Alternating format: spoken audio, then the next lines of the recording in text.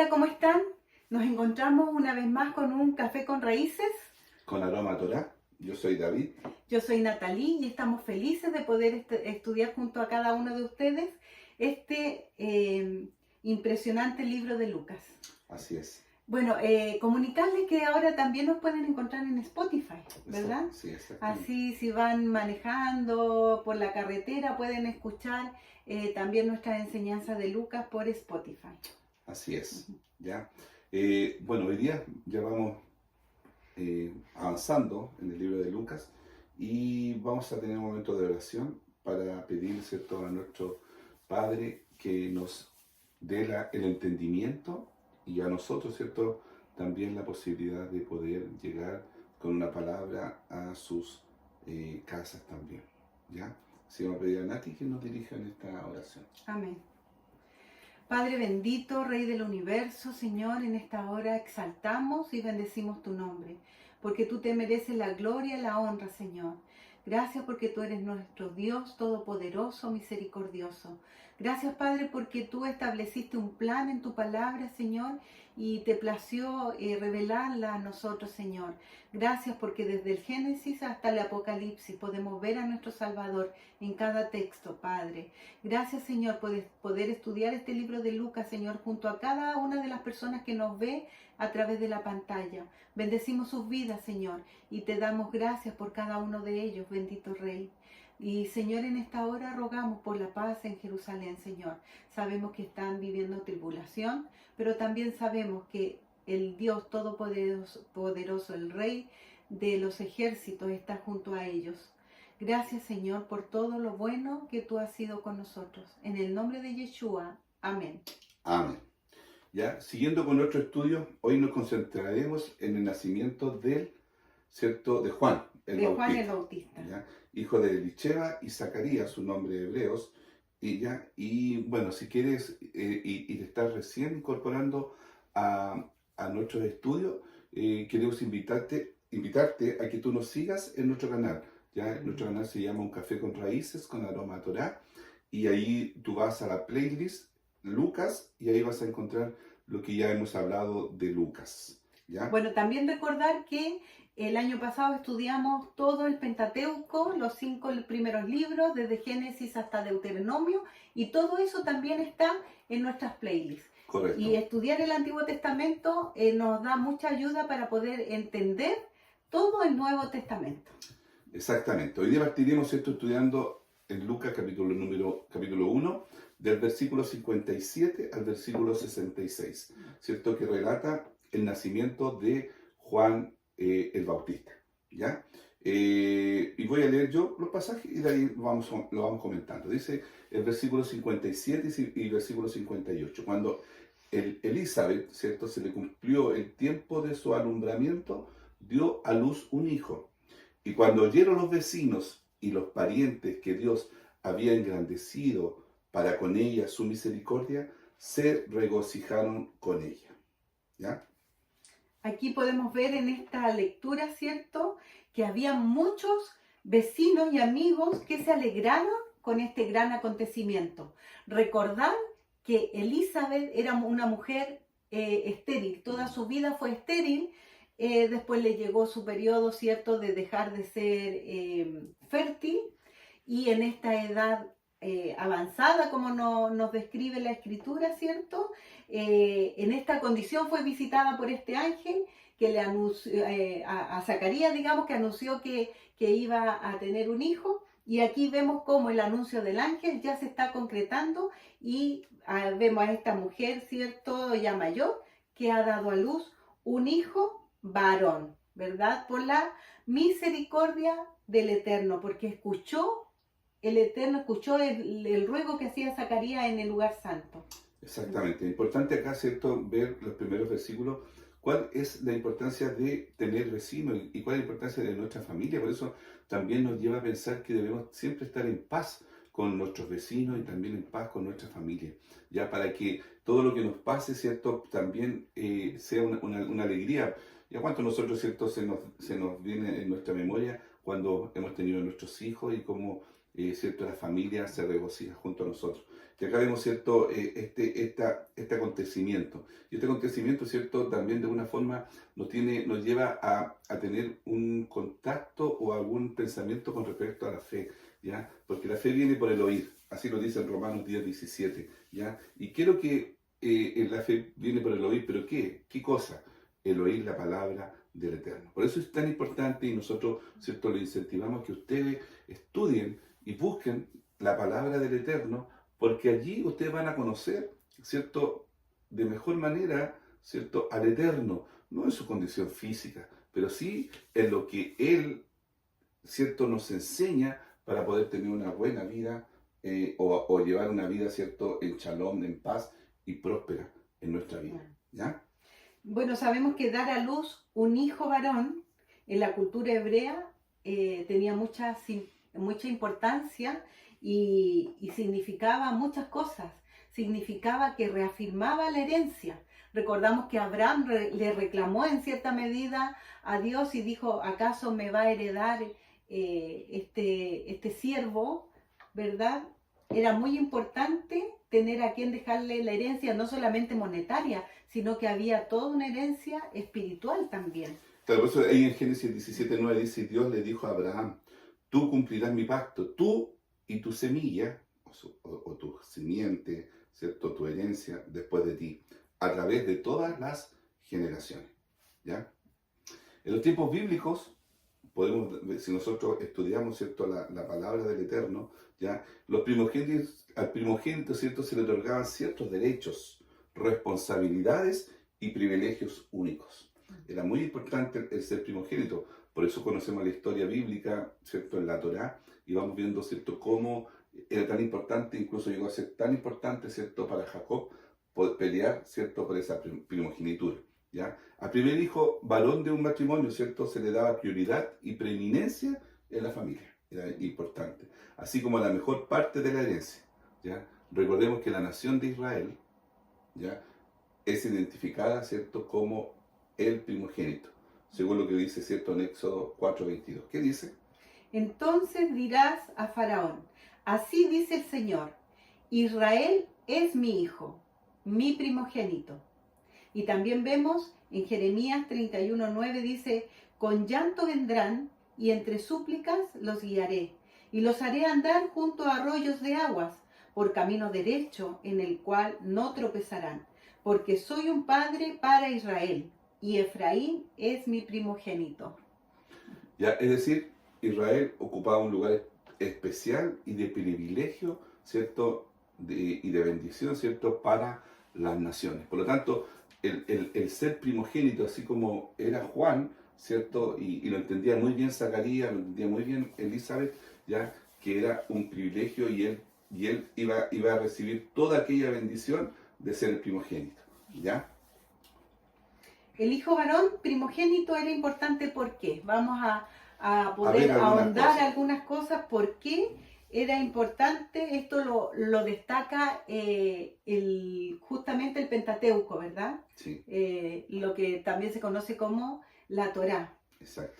Primero se creía que representaba la cima de la fuerza y la vitalidad humana, ¿ya? Exacto. En Génesis 49:3 dice Rubén, tú eres mi primogénito, mi poderío y el principio de mi vigor, prominente en dignidad y prominente en poder. Era muy importante porque era el primero con el que el hombre mostraba que él tenía vigor, ¿verdad? Exacto. Y esta es una de las bendiciones que hizo Jacob a su hijo Rubén, el primogénito. Ya también es importante el primogénito porque es el que abre la matriz. Ya en Éxodo 13:2-12 dice, 13:2 y 12. Conságrame todo primogénito, el primer nacido de toda matriz, entre los hijos de Israel, tanto de hombre como de animal, me pertenece. Dedicarás al Señor todo primer nacido de la matriz, también todo primer nacido del ganado que poseas. Los machos pertenecen al Señor. Importante esto de abrir matriz. Era para la cultura de la época, era algo muy importante, por eso que destacaban al primero que abría matriz, que nacía, ¿cierto?, a través de este parto. Después vemos la importancia de los primogénitos como resultado. El primogénito se convertiría en el heredero principal de la familia. Exactamente. Había una importancia no solamente de privilegio, sino que también había una importancia en cuanto a la responsabilidad. Ya el primogénito tenía el derecho ya de ser el primero, ¿cierto? Porque implicaba una doble porción de la herencia familiar. Y el liderazgo de la familia, si el padre quedaba, ¿cierto?, incapacitado o estaba ausente por alguna razón. Tenía mucha responsabilidad, como lo vimos anteriormente. Ya en Deuteronomio 21:17 dice, sino que reconocerá al primogénito, al hijo de la aborrecida, dándole una porción doble de todo lo que tiene, porque él es el principio de su vigor. A él pertenece el derecho de primogenitura. ¿Ya? Exacto. Era bastante relevante porque al final tenía que él asumía la responsabilidad de él, de su familia y también de la familia de su padre. En el Antiguo Testamento los primogénitos humanos y los animales eran considerados sagrados para Dios. Esto lo vemos en Éxodo 13 del 1 al 2 que dice, Jehová habló a Moisés diciendo, conságrame todo primogénito, cualquiera que abre matriz entre los hijos de Israel, así de los hombres como de los animales es mío. Ya vemos que hay un sentido de pertenencia. Los primogénitos no solamente pertenecían a este matrimonio, que eran bendecidos con la llegada de este hijo, sino que cada primogénito le pertenecía primero a Dios. Exactamente. Es importante entender de que desde la historia bíblica, ¿cierto?, que nosotros conocemos, siempre fue importante el primogénito, siempre, ¿ya? En Abraham, Isaac y Jacob, ¿ya? Y después de la esclavitud, ¿cierto?, el Eterno, Dios, ¿cierto?, le da instrucciones al pueblo de Israel, que ya se había formado en Egipto, ¿cierto?, después de haber pasado casi 200 años en Egipto y 400 años, ¿cierto?, en el periodo desde cuando le dio esa profecía a Abraham, ¿ya?, de que todo primogénito ya debía ser consagrado, ¿cierto?, tanto humano como animal, al Eterno. Eso lo podemos encontrar en Éxodo 22, del 29 al 30, que nos dice, no demorarás la primicia de tu cosecha ni de tu lagar, me darás el primogénito de tus hijos, lo mismo harás con el de tu buey y de tu oveja. 7 días estará con su madre y al 8º día me lo darás. ¿Ya? También podemos leer en Éxodo 13, del 11 al 16, que el Eterno pide, ¿cierto?, la dedicación del primogénito, tanto humano como, ¿cierto?, animal. Bueno, es importante destacar que al comienzo de los años de Israel en el desierto, Dios tomó a todos los varones de la tribu de Leví para servir en reemplazo de los primogénitos de las otras tribus, encomendando a los levitas la tarea de su tabernáculo. Y eso lo podemos encontrar en Números 3. Números capítulo 3. Es importante que lo lean y puedan entender el contexto, por qué fue cambiada esta primogenitura de entre todos los primogénitos, que eran inicialmente los que iban a servir en el tabernáculo, a que fue cambiado por la tribu de Leví, ¿cierto? Después del becerro de oro. Claro, como veíamos recién, ¿cierto?, en el punto anterior, veíamos cómo Dios había establecido que se le tenía que entregar los primogénitos, porque para el Eterno siempre el primogénito fue importante, ¿ya? Dedicado. Por lo tanto, ¿cierto?, hasta antes del becerro, los primogénitos de los hijos de todas las tribus, ¿cierto?, iban a ser consagrados para poder llevar todo el trabajo sacerdotal en el templo. Una vez, ¿cierto?, producto, ¿cierto?, de ese pecado del becerro de oro, se cambió esta modalidad y los únicos que se mantuvieron, ¿cierto?, sin entrar en esta adoración al becerro fue la tribu de Leví. Por eso, ¿cierto?, Dios estableció que debían, ¿cierto?, ser estos primogénitos de la tribu de Leví. Un cambio de sacerdocio. Exactamente. ¿Ya? Ahora, también podemos ver ahí en Números 3, 46, 48, ¿cierto?, que esta situación de los primogénitos de la tribu de Leví, ¿cierto?, era mucho, no igualaba al número total de primogénitos, ¿cierto?, de las otras tribus que habíamos antes del becerro de oro. Por lo tanto, ¿cierto?, Dios estableció un rescate, ¿cierto?, por las diferencias que se produjeron por estos primogénitos, ¿cierto?, que ya no podían seguir y podían servir en el templo. ¿Y en qué consistía este rescate? Tenían que pagar un valor, Sí, ¿verdad? exacto, pagar un valor en ciclos, ¿ya? Para poder, ¿cierto?, ser rescatado, Rescatarlo. ya como una redención para que esta diferencia, ¿cierto?, se pudiera producir, porque había una cierta cantidad de personas, ya de las tribus, primogénitos, que eran muy diferentes a las que tenía, ¿cierto?, Bueno, Rubén. todo esto del rescate lo explicamos, ¿cierto?, en nuestros Sí, capítulos que fueron grabados el año pasado, así que si van a las playlists pueden encontrar toda la explicación del rescate por los primogénitos. y yo se lo voy a dejar, ¿cierto?, acá, le voy a decir dónde tiene que buscarla en la dirección en internet, ¿ya? Bueno, Una vez que es cierto que los israelitas se establecieron en Canaán, los primogénitos de todos los israelitas debían ser redimidos como señal que pertenecían al Eterno. ¿Ya? esto lo encuentran en Éxodo 34, versículo 19, y el número 18, del 14 al 16, pero es bueno leer el capítulo completo, ¿verdad? Exactamente. Entre los animales limpios, el primogénito varón debía ser sacrificado a Dios 8 días después de su nacimiento. Esto lo encontramos en Éxodo 13, del 11 al 16, y 22 del 39 al 30. Es importante, ¿verdad?, que los primogénitos de los animales limpios eran apartados. Si nacía una ovejita, ¿cierto?, primogénita, esta ovejita primero la revisaban, que no tuviera quebradura, que fuera sanita, que todo su pelaje estuviera bien, y era separada. Bueno, la costumbre hebrea dice que le ponían una cintita para apartarla.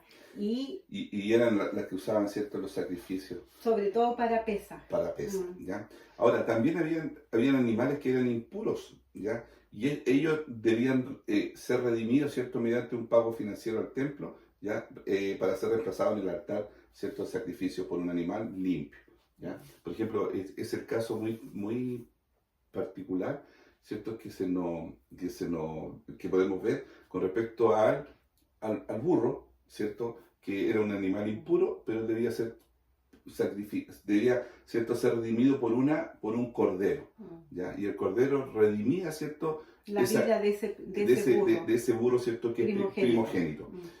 Y lo podemos ver, ¿cierto?, en el caso de Yeshua, ¿ya?, que lo vamos a ver más adelante, cuando él se sienta encima de un pollino, ¿ya?, primogénito. Pero ya necesitaba redimirse. ¿Y quién lo iba a redimir?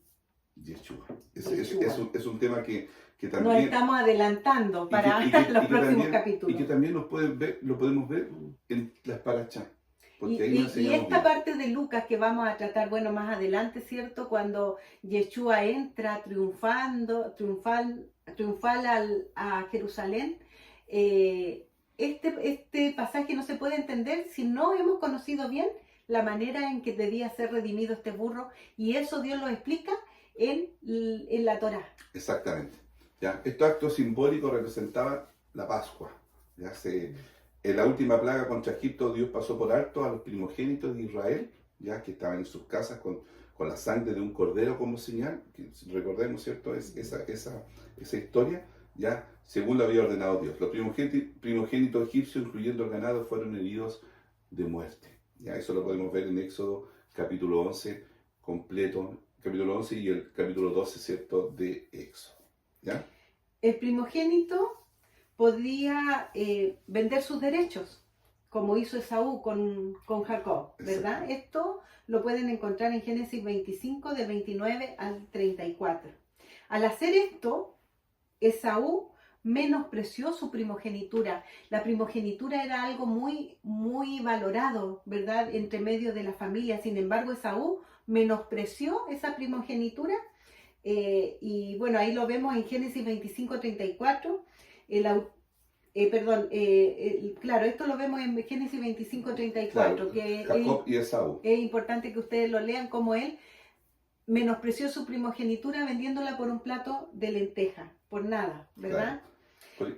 Por ejemplo, el autor de Hebreo, ¿cierto?, del capítulo 12, del versículo 16 al 17, ¿qué nos dice? Dice, no sea que haya algún fornicario o profano como Esaú, porque por una sola comida vendió su primogenitura, porque ya sabes que aún después, deseando heredar la bendición, fue desechado y no hubo oportunidad para él arrepentimiento, aunque la procuró con lágrimas. Exactamente. Acá esto vemos la importancia, ¿cierto?, de la primogenitura. Y acá hay algo muy importante que dice, el que vende la primogenitura es hallado como un fornicario o profano. Claro. Así, de esa manera tan dura, se habla en hebreo sobre Esaú. Y se considera hasta el día de hoy, ¿cierto? En el pueblo judío, el pueblo de Israel, ¿cierto? El tema de la primogenitura. Por eso es tan importante. O sea, el hecho de que Juan, ¿cierto?, haya sido el primero varón, ¿ya?, y primogénito, era muy importante, y Zacarías y Elizabeth lo tenían muy claro, ¿ya? Con respecto a lo que dice la Torá, con respecto a esto. También la Torá, ¿cierto?, nos habla referente, ya, que el primogénito podía perder su primogenitura, no como Jacob, no como Esaú, ¿cierto?, que la vendió, sino por algún acto, ¿cierto?, podríamos decir, abominable para el Eterno. Pero antes de continuar, me recuerdo de Esaú, en esta historia, ¿cierto?, que estamos viendo del nacimiento de Juan y de Yeshua.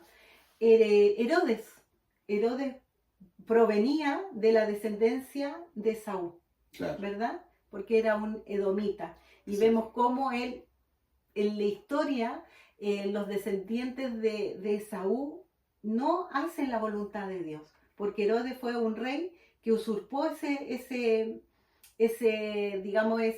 título, ¿verdad? Exactamente. ¿Ya? Y como decíamos, ¿cierto?, en el caso, por ejemplo, de Rubén, el hijo mayor o primogénito de Jacob, ¿cierto?, perdió su primogenitura. Jacob no lo consideró, ¿cierto?, frente a la bendición, ¿ya? Porque después se la dio, recordemos, ¿cierto?, a Manasés y a Efraín, ya, el primogénito, ¿cierto?, de Jacob. ¿Por qué? Porque Rubén durmió con Bila, la concubina de su padre. Eso lo podemos ver en Génesis 35, 22. ¿Ya? Es un acto que demostró al máximo desprecio por su padre y su familia. ¿Ya? En el caso de Esaú, menosprecio a Dios, ¿cierto? Acá a su padre y a su familia. Jacob negó a Rubén la bendición del primogénito por este pecado. Eso lo podemos ver en Génesis 49, 4. De hecho, Jacob también negó la bendición del primogénito a los dos siguientes hijos mayores, debido a su violencia, ¿cierto?, contra los habitantes de Siquem. Podemos verlo en Éxodo 49, del 5 al 7. Bueno, ¿Ya? Recordar que estos dos hijos llenaron sus manos de sangre, ¿verdad? Correcto. Cometieron un acto muy, muy violento contra los varones de este pueblo. También esto lo estudiamos a mayor profundidad el año pasado, y es muy importante poder conocer esta historia, que fueron a vengar la honra de su hija, de su hermana Dina, y mataron a todos los varones de ese lugar. Por esta razón, por esta sangre que ellos tuvieron en sus manos, no pudieron tampoco acceder a la primogenitura. Exactamente. Entonces es sumamente importante, ¿cierto?, al resumir estos pasajes bíblicos, de lo que es la primogenitura, ¿cierto?, de lo que significa llevar el peso, ¿cierto?, de ser primogénito, el peso, ¿cierto?, de llevar, de ser un hijo varón, ¿ya? Y por eso Zacarías y Elizabeth hicieron todo lo que la Torá le indicaba, ¿ya? Ofrecieron, Porque ellos ¿cierto?, eran temerosos de exacto, la ley de Dios. entonces también ofrecieron ofrendas, ¿cierto?, por el niño, ya que no se menciona, pero lo más probable es que dentro de lo que ellos conocían, tenían que hacerlo. Y obviamente a Juan lo iban a criar, ¿cierto?, de la manera, ¿cierto?, como la Torá le indicaba que tenía que ser un hijo, ¿cierto?, varón.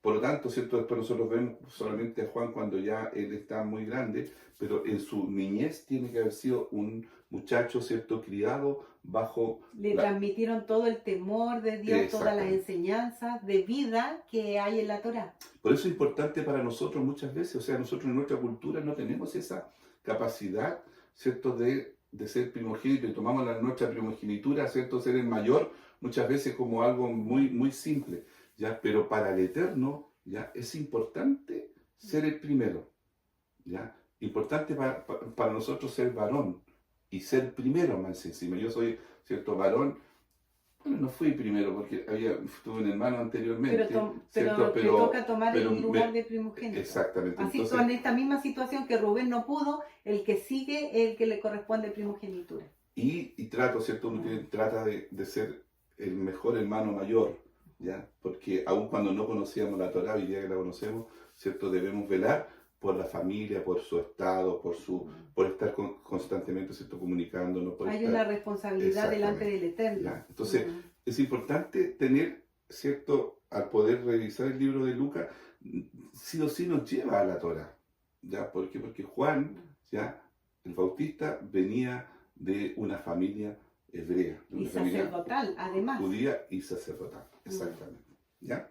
Es importante cómo este relato del primer capítulo de Lucas vemos cómo Dios escoge justamente a una familia sacerdotal, con un propósito, porque el sacerdote era como el indicado de interceder ante Dios por el pueblo, ¿verdad? Y escoge a un heredero de ese linaje, porque a Juan le correspondía ser sacerdote. Exactamente. Y vemos cómo más adelante vamos a ver que el sacerdote Juan, porque ese sacerdocio, ese título no se lo quitaron los hombres, sino que él siempre iba a permanecer como sacerdote delante de los ojos de Dios. Vemos cómo el sacerdote Juan transfiere la autoridad sobre el futuro sumo sacerdote Yeshua en el Jordán.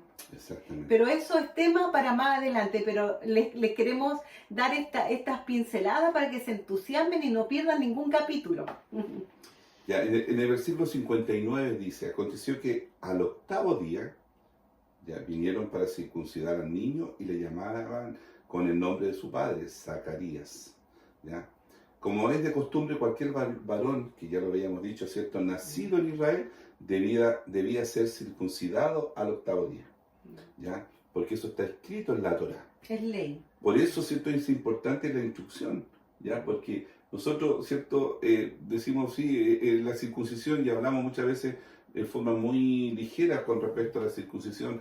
Debemos ser circuncidados nosotros, no debemos, eso es ley, eso, ¿cierto?, es ser legalista, ¿ya? Pero para el pueblo de Israel era sumamente importante, ¿ya? Por lo tanto, ¿cierto?, esa información la podemos buscar en la enseñanza que nos da la Torá, ¿ya?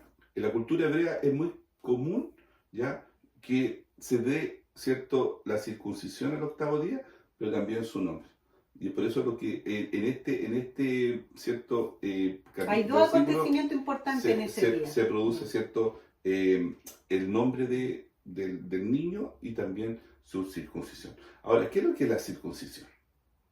Bueno, antes de pasar a la circuncisión, recalcar que el nombre que se le daba al niño generalmente era el nombre de su padre o para honrar a algún familiar, ¿verdad? Pero en el caso de Zacarías no había ningún Juan en la familia. Exactamente. Entonces, estas situaciones llamaban la atención de aquellos vecinos que estaban ahí alrededor y que fueron a compartir su felicidad con ellos. Pero bueno, vamos a poder, a tratar de ahondar un poquito en la circuncisión para conocer la importancia que esto tiene en todo este texto, ¿verdad? Exactamente. La circuncisión, conocida en hebreo como Brit Milá, así se llama, es un nombre pronunciado en hebreo. La circuncisión es un mandato divino que se encuentra especificado en la Torá. Vamos a ver qué dice acá en Génesis 17, del 10 al 14. Dice, circuncidaréis pues la carne de vuestro prepucio, y será por señal. ¿De qué? Del pacto entre mí y vosotros. Está hablando Dios, ¿cierto? Dios con Abraham. Con Dios con Abraham. Y de edad de 8 días será circuncidado todo varón entre vosotros por vuestras generaciones, el nacido en casa y el comprado por dinero a cualquier extranjero, que no fuere de tu linaje. Debe ser circuncidado el nacido en tu casa y el comprado por tu dinero. Y estará mi pacto en vuestra carne por pacto perpetuo. Y el varón incircunciso, el que no se hubiese circuncidado la carne de su prepucio, aquella persona será cortada de su pueblo. Ha violado mi pacto. Exactamente. Hay muchas cosas importantes en este texto, ¿cierto? En primer lugar, habla de que es una señal entre Dios y la persona que se circuncida. Habla también de que todos los hijos nacidos en tu casa deben circuncidarse, pero también el comprado, ¿verdad? Algún esclavo comprado. Exactamente, los que viven en tu casa. Y esto al tiro a mí me llama, me hace clic y me recuerda que todos nosotros fuimos comprados por precio, ¿verdad? Éramos esclavos del pecado, pero fuimos comprados por precio. Exacto. Entonces, en esta escritura, nosotros estamos incluidos aquí, ¿o no? Claro, y acá es importante porque también dice, y este es un pacto perpetuo. Perpetuo. ¿Ya? ¿Con quién hizo Dios ese pacto? Con Abraham. No olvidemos, ¿cierto?, que lo hizo con Abraham, ¿ya? Y con su descendencia, ¿ya? Este acto es más que una simple práctica, ¿cierto?, médica, ¿ya? Representa un compromiso inquebrantable entre el pueblo de Israel o el pueblo hebreo y el Eterno. Un vínculo que se sella en la carne misma, ¿ya?, del hombre. Recordemos que este es un mandamiento dentro de los 613 que vemos o que sabemos, y fue realizado, ¿cierto?, antes de la entrega de la Torá en el monte Sinaí. O sea, esto, ¿cierto?, este pacto lo hizo con Abraham, y lo podemos ver, por ejemplo, en Génesis 12, ¿cierto? Dice, yo haré de ti una nación grande y te bendeciré, y engrandeceré tu nombre y serás bendición. Esa es, ¿cierto?, la promesa que Dios le había hecho a Abraham, y lo selló con este pacto, ¿ya? Sí, porque en la antigüedad los pactos no eran solamente de palabras, siempre habían dos consecuencias después de un pacto. Uno era colocar una señal, ¿verdad? Y también se sellaba con comida. Exacto. En este caso, la señal de este pacto tan importante que Dios hizo con Abraham se selló con la circuncisión. Exactamente. Entonces, lo primero que debemos entender que Abraham fue el primero que, ¿cierto?, hizo este pacto con el Eterno. Recordemos que una vez que estaba mirando, ¿cierto?, después de haberse circuncidado, aparecieron los tres ángeles, ¿cierto? Uno también lo estudiamos, lo tenemos estudiado, ¿cierto?, en nuestra Parashá. Por lo tanto, debemos entender de que ese pacto lo hizo con Abraham, con el Eterno, ¿ya? Y ¿qué pasa con la circuncisión bajo la ley? ¿Ya? Porque ya, es cierto, fue establecida, por lo tanto, todos los que pertenecían, ¿cierto?, del linaje de Abraham y su descendencia, y como pacto perpetuo, debían ser, ¿cierto?, circuncidados. La circuncisión era un requisito obligatorio en la ley, ya lo vimos, ¿cierto?, en la ley mosaica. Al octavo día, después del nacimiento del varón, se le debía circuncidar la carne de su prepucio. Esto está en Levíticos 12, del 2 al 3. Era tan importante seguir este mandato que se circuncidaba al niño al octavo día, pero puntualmente. Aunque este día cayese en Shabbat, el día de reposo, cierto que también lo guardaban con una ceremonial estricto, aún así debía ser circuncidado el niño si el octavo día caía en Shabbat. No podía circuncidarse al niño ni el día 7 ni el día 9. Únicamente debía ser el octavo día. Claro. En Juan 7, 22 y 23 dice, por cierto, Moisés os dio la circuncisión, no porque sea de Moisés, sino de los padres. Y en el día de reposo circuncidáis al hombre. Si recibe el hombre la circuncisión en el día de reposo, para que la ley de Moisés no sea quebrantada, os enojáis conmigo porque en el día de reposo sané completamente a un hombre. Está hablando Yeshua, ¿ya? O sea, ahí le está diciendo, ¿cierto?, a los líderes, ¿cierto?, de la ley, que tenían una ley, ¿cierto?, que aparte de la ley de Moisés tenían una ley sobre esa ley, que es la ley rabínica, ¿cierto? Estos hombres le habían puesto una carga. Entonces, Yeshua estaba haciendo un acto, ¿cierto?, de sanación, pero él les recuerda esto. ¿Qué pasa, ¿cierto?, si un niño tiene que ser circuncidado en Shabbat? Había que hacerlo. Habría que hacerlo. ¿Por qué? Porque ¿y qué pasa si hay que hacer un milagro para que alguien reciba sanidad en día de reposo? Había que hacerlo. Había que hacerlo. Y entonces, el día de reposo no es que se pierda todo. Hay cosas que son mucho más importantes dentro de la misma ley que se establecía, ¿cierto?, con respecto al día de reposo, ¿ya? Algunos ejemplos de padres que están bajo la ley y que hicieron fielmente, fielmente que se circuncidaran sus hijos al octavo día, vemos acá en el caso de Zacarías. Al octavo día él está cumpliendo con este mandamiento. Ahora la próxima semana vamos a ver, no la próxima, sino que unos capítulos más adelante vamos a ver que Yeshua, sus padres también cumplieron este mandamiento fielmente. Bueno, y hay otros casos también, como Pablo. Por ejemplo Pablo, que en Lucas 1:59 y en Lucas 2:21 nos relatan estos hechos. Pero vamos a leer Filipenses 3, de 4 al 5. Claro, acá podemos ver, como decía Nati, ¿cierto?, que en el caso de Pablo, porque uno dice, pero Pablo también fue circuncidado, por sus padres también lo circuncidaron, dice, aunque yo tengo también de qué confiar en la carne, si alguno piensa que tiene de qué confiar en la carne, yo más, dice Pablo, porque fui circuncidado al octavo día, del linaje de Israel, de la tribu de Benjamín, hebreo de hebreo, en cuanto a la ley, soy fariseo. O sea, él cumplió, ¿cierto?, este mandato, o sus padres, ¿cierto?, cumplieron este mandato en la vida de Pablo. Aquí Pablo deja clarito que no haya duda de su linaje, porque él destaca que viene de la tribu de Benjamín. ¿Quién otro venía de la tribu de Benjamín? Recordemos, ¿cierto?, que el rey Saúl también era de la tribu de Benjamín.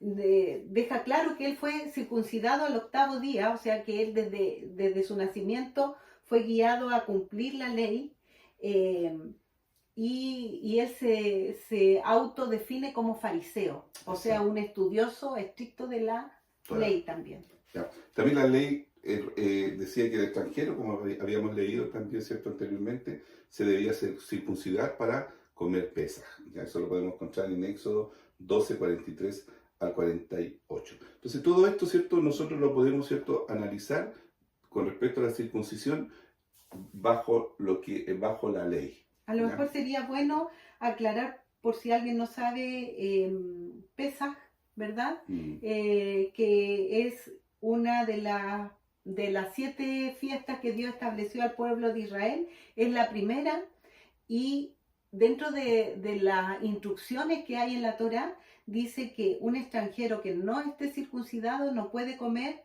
de Pesaj. Claro, del cordero, como se dice, ¿cierto?, en la jerga, podríamos decir, hebrea o judía, ¿cierto?, del cordero pascual.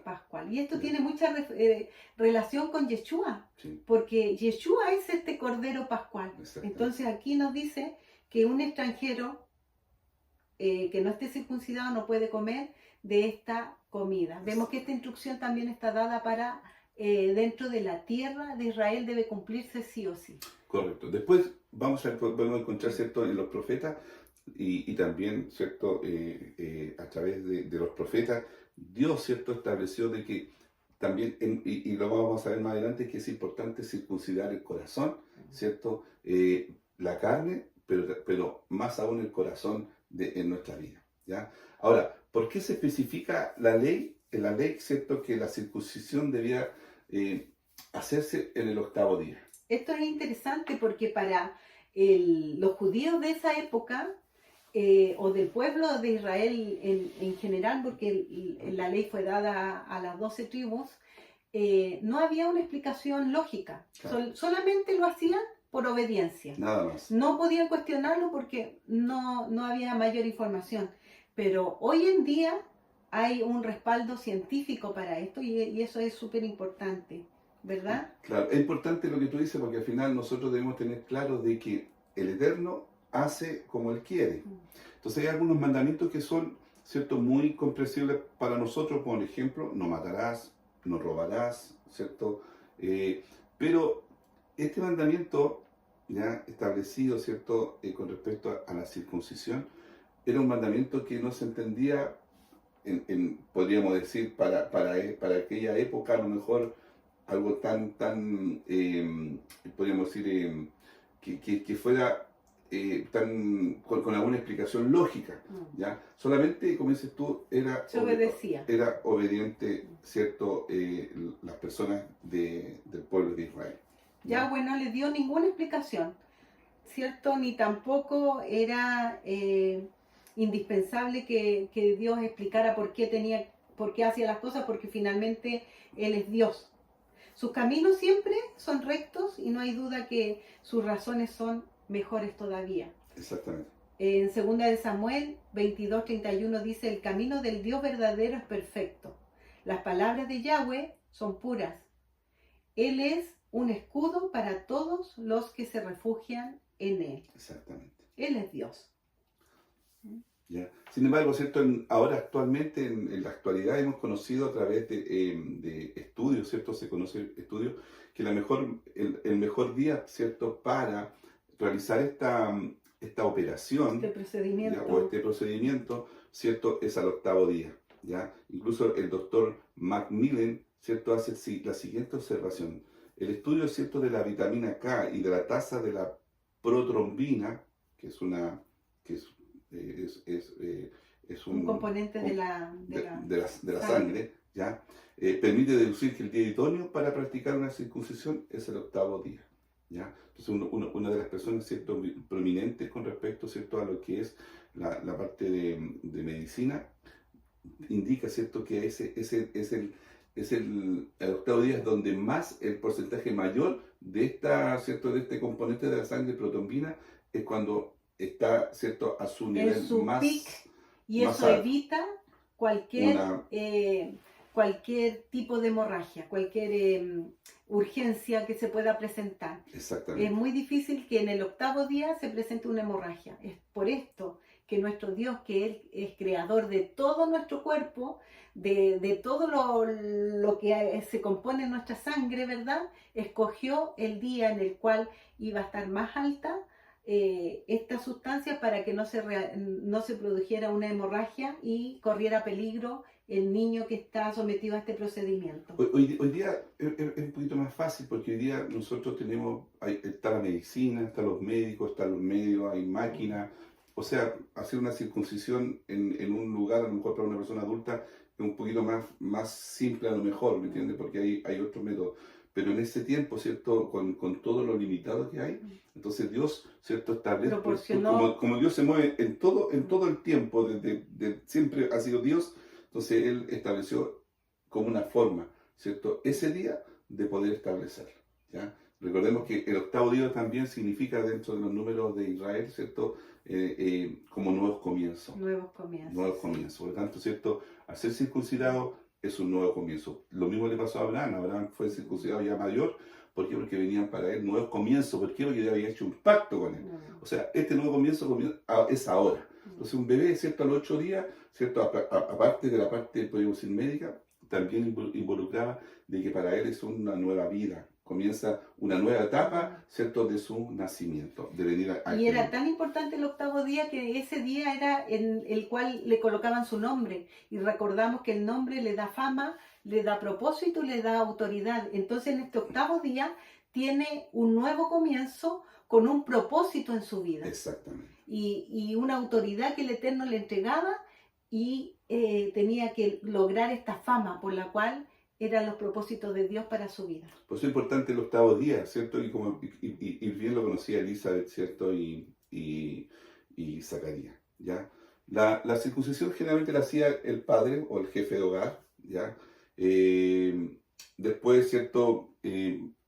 Mientras se avanzó en el tiempo, la realiza, ¿cierto? Algunos rabinos que tienen práctica. Pensemos que Israel, niño que nace, niño que es circuncidado, por tanto la práctica o esa habilidad, ¿cierto?, la puede adquirir no solamente un médico, sino también una persona que practique en forma habitual este procedimiento, ¿ya? Y como decías tú, ¿cierto? Es importante el octavo día que se da el nombre, ¿ya? Los israelitas, ¿cierto? Tengamos en cuenta que cuando ellos salieron de Egipto ya no fueron circuncidados, sino que solamente, ¿cierto?, lo hicieron cuando llegaron a la tierra prometida, ¿cierto? Durante esos 40 años no se practicó la circuncisión en medio de ellos. Exactamente. ¿Y quién lo hizo? Yehoshua, ¿cierto? Lo podemos ver en Josué 5, del 2 al 9, como él, ¿cierto?, circuncida a todo el pueblo, o sea, a toda persona o varón que no haya sido circuncidado durante, ¿cierto?, los 40 años que estuvieron en el desierto. Exactamente. Esto es súper importante porque recordemos que Yehoshua es Josué, nosotros lo Sí. conocemos como Josué, y él fue el encargado de circuncidar a todos los varones antes de entrar a la tierra prometida. Y si pensamos que nosotros estamos en este periodo en el desierto, porque nuestra vida desde que nosotros llegamos, ¿cierto?, al conocimiento de la verdad del Eterno, estamos viviendo, cruzando nuestras vidas por este desierto. Y Yeshua, cuando Él venga en su segunda venida, Él también va a proceder a hacer este acto de circuncidar nuestras vidas para poder entrar a la tierra prometida. Todo lo que fue, será. Exactamente. La profecía es, y la historia es circular. Correcto. Así que después, ¿cierto? Con un poquito de la historia, después ya el pueblo de Israel, ¿cierto? Fue llevado al exilio a Babilonia. Recordemos que las 10 tribus, ¿cierto? Que eran el reino del norte fueron esparcidas, pero Judá y Benjamín, ¿cierto? Y los levitas volvieron a Israel después del exilio en Babilonia, y ellos, ¿cierto?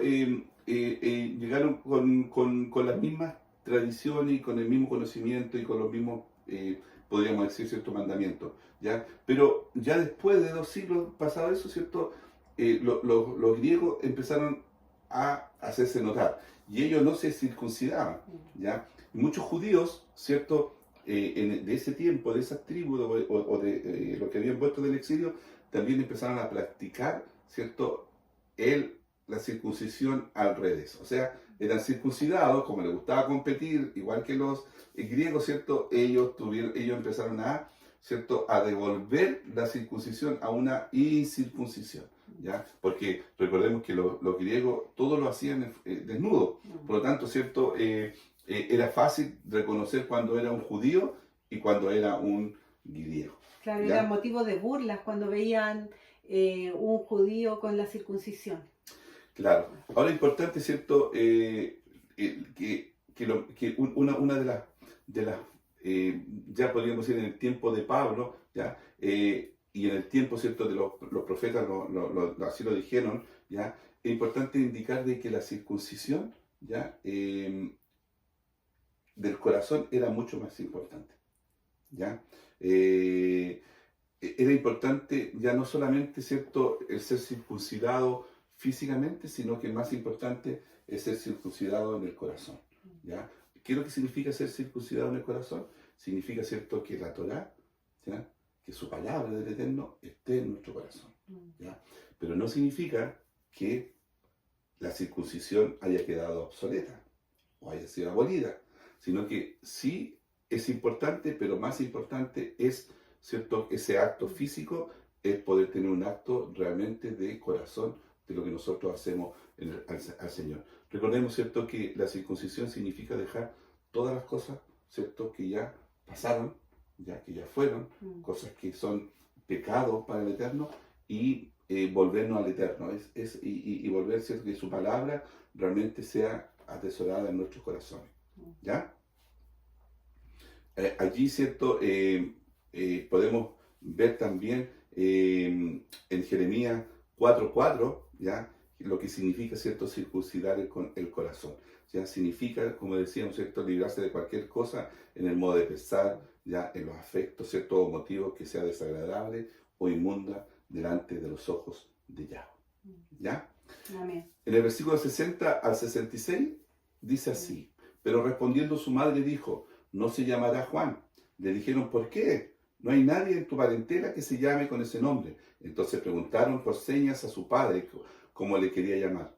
Y pidiendo una tablilla, escribió diciendo, Juan es su nombre. Y todos se maravillaron. Al momento fue abierta su boca y suelta su lengua, y habló bendiciendo a Dios. Y se llenaron de temor todos sus vecinos, y en todas las montañas de Judea se divulgaron todas estas cosas que habían pasado. Y todos los que la oían la guardaban en su corazón, diciendo, ¿quién pues será este niño? Y la mano del Señor estaba con él.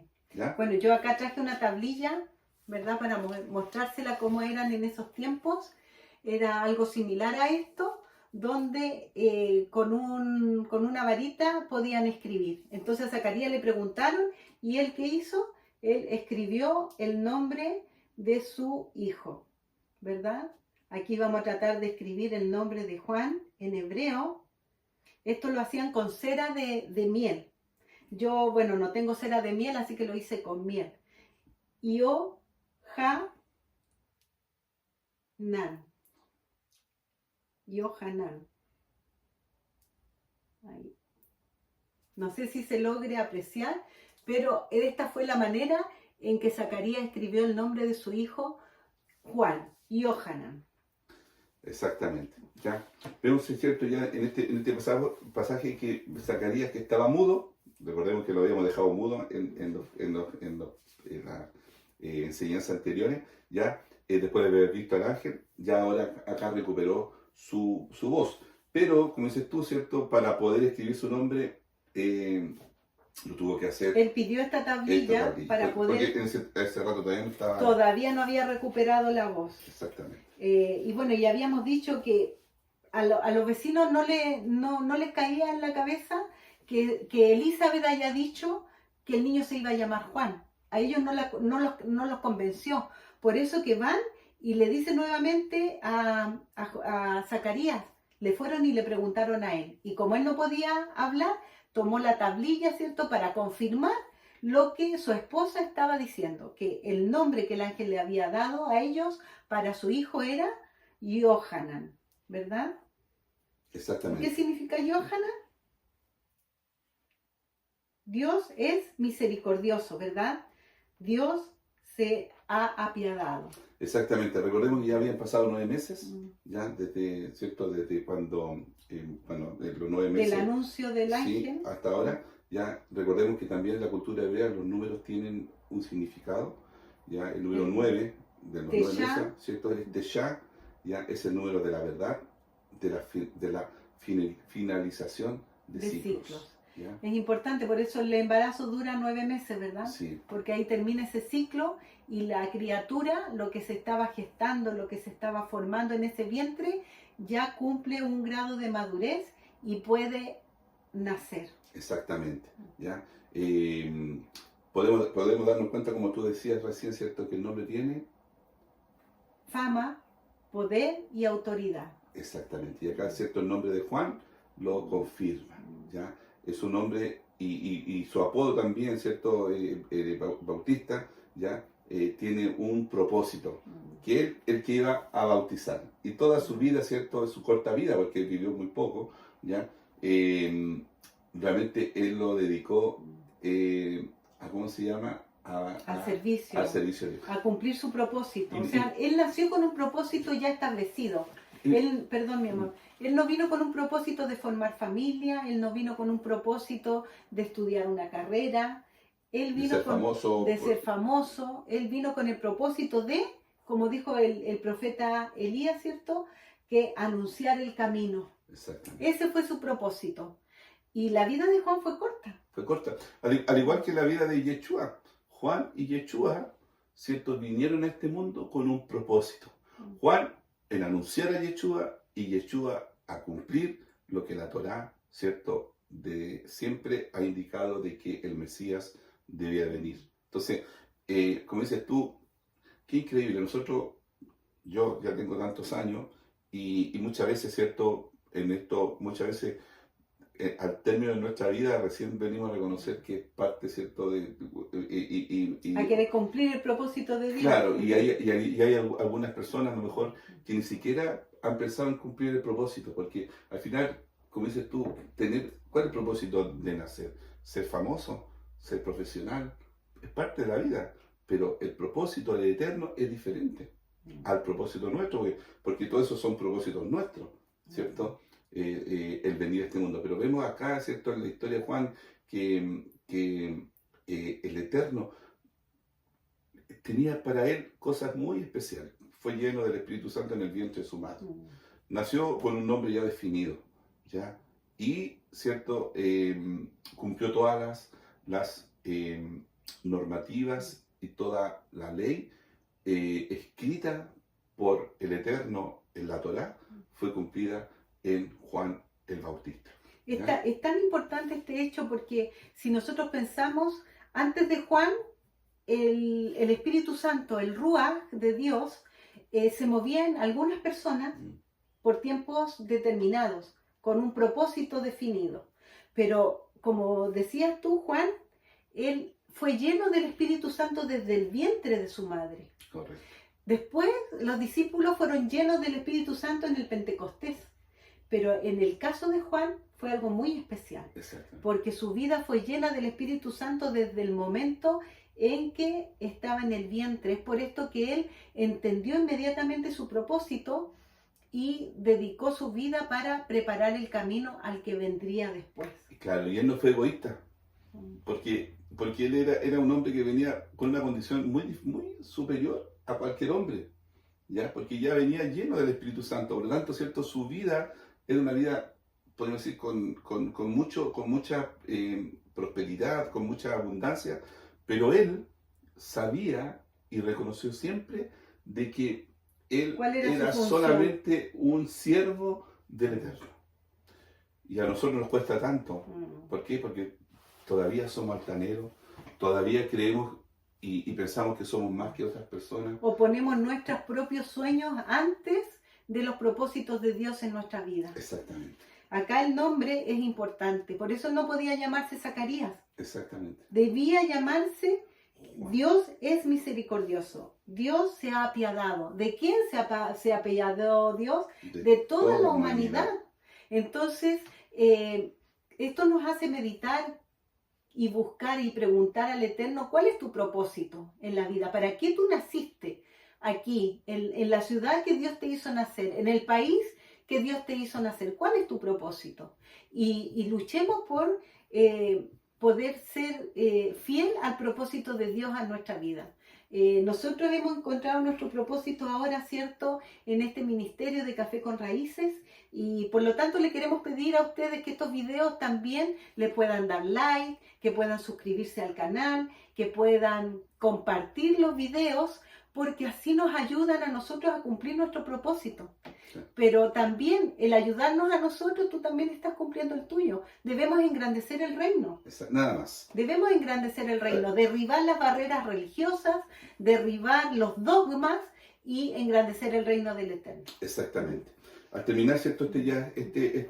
Esta porción, ya es importante lo que vemos acá, ¿cierto? El ser un hijo varón y ser primogénito. Con la implicancia que tiene la Torá, el tener esto. Y lo segundo, la circuncisión. ¿Ya? La circuncisión es importante porque al ser circuncidado en nuestro corazón, ¿cierto? Nos permite ya tener nuestra mirada al Eterno diferente, ¿ya? Sin ningún tipo, ¿cierto? de idolatría. Nos hace ser apartados, apartados para Él, separados. Tener claro que ya no vivo yo, sino Cristo vive en mí. Exactamente. Así que bueno, lo esperamos ya la próxima semana. Con un café con raíces. Ya terminamos, ¿cierto? El libro de... el capítulo... todavía falta, ¿verdad? Que todavía falta una parte, ¿verdad? Es muy largo esto. No te saltes el cántico de Zacarías, que está muy interesante también, y les invitamos la próxima semana para que lo podamos estudiar juntos. Exacto. Que el Señor les bendiga. Ya. Shalom.